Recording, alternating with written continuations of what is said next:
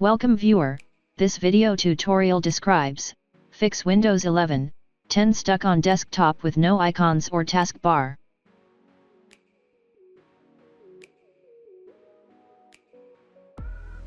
Press Ctrl, Shift and Escape keys.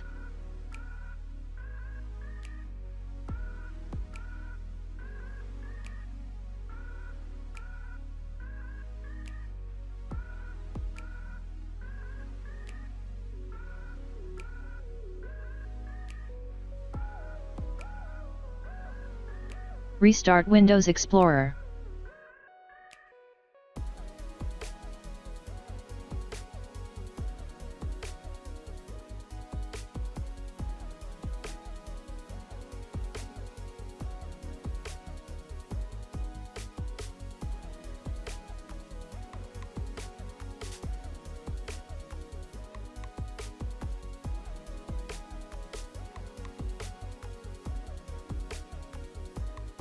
I hope this tutorial helps to you.